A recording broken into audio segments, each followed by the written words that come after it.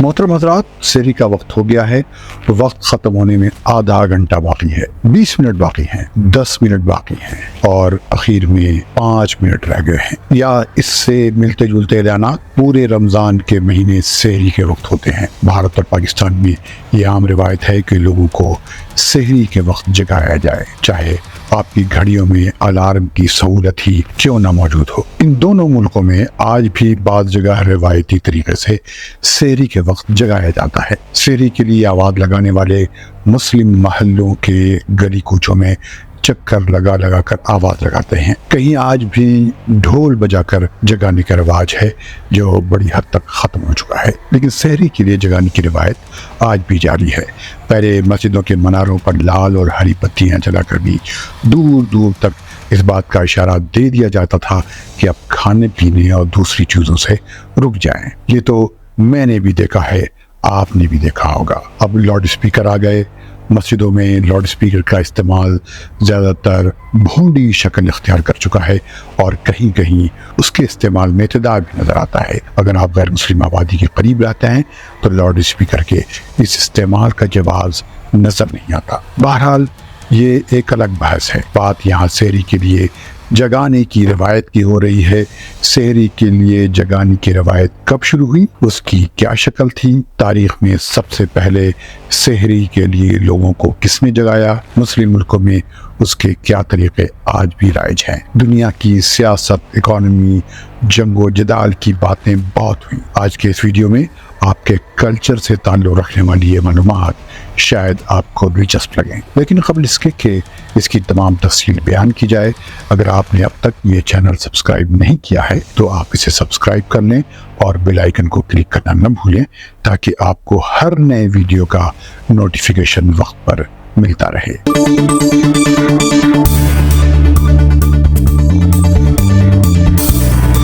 अरब देश के देखने वालों को फैज़ुल हक का सलाम। रमज़ान आया और सहरी व अफ्तार के औकात की तफसीलात सामने आ गईं।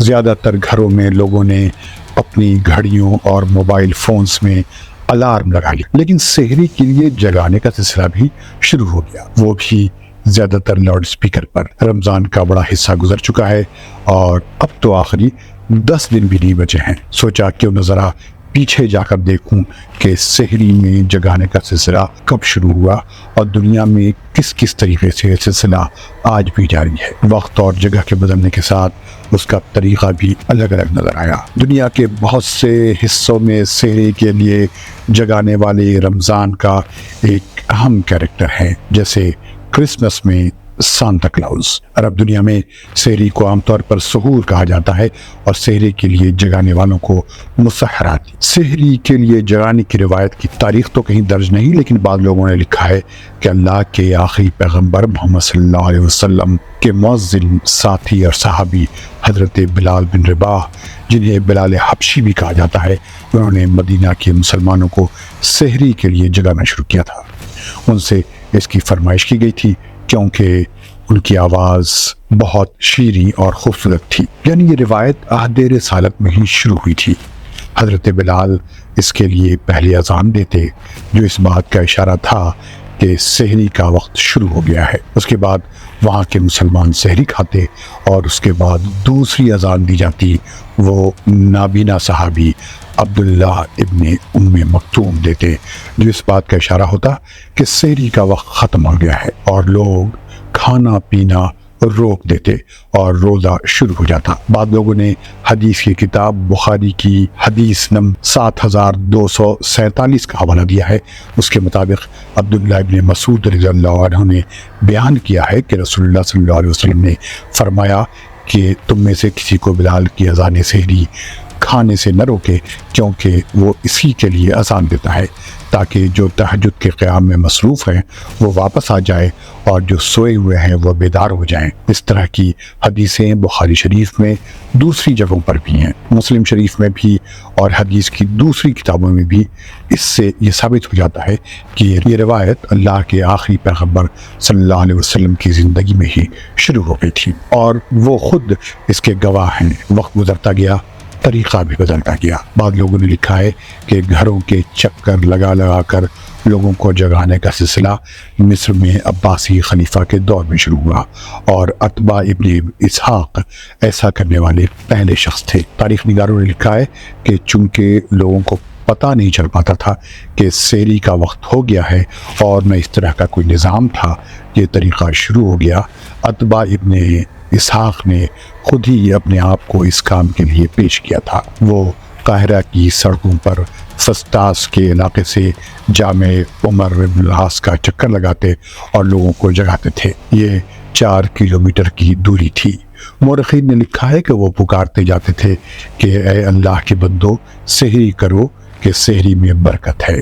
فاطمی دور کے چھٹے خلیفہ ابو علی المنصور کے زمانے میں، جنہیں الحاکم بامر اللہ بھی کہا جاتا ہے، سحری میں جگانے کا کام سرکاری شکل اختیار کر گیا۔ حکم جاری کیا گیا کہ لوگ تراویح کے بعد سو جائیں اور سحری کے وقت فوجی ان کے گھروں کے سامنے سے گزریں اور انہیں سحری کے لیے جگائیں۔ فاطمی الحاکم بامر اللہ نے ایک شخص کو اس کام کے لیے لگایا کہ وہ آواز لگائے کہ اے اللہ والو، اٹھو اور سحری کرو۔ وہ اپنی چھڑی سے دروازوں پر دستک دیتا اور گھر میں رہنے والے لا الہ الا اللہ کہہ کر جواب دیتے۔ اس کے بعد مصر اور بعض دوسرے عرب ملکوں میں طبلہ یا ڈھول بجنے لگا۔ شام کے لوگوں نے عود اور تنبور بجانا اور ساتھ ساتھ رمضان کے بارے میں نغمے گانا شروع کیا۔ پہلے مصر کا یہ طبلہ چھوٹا ہتھیلی کے برابر ہوتا تھا جو ایک ہاتھ میں آ جاتا تھا، جو بعد میں بڑا ہو گیا۔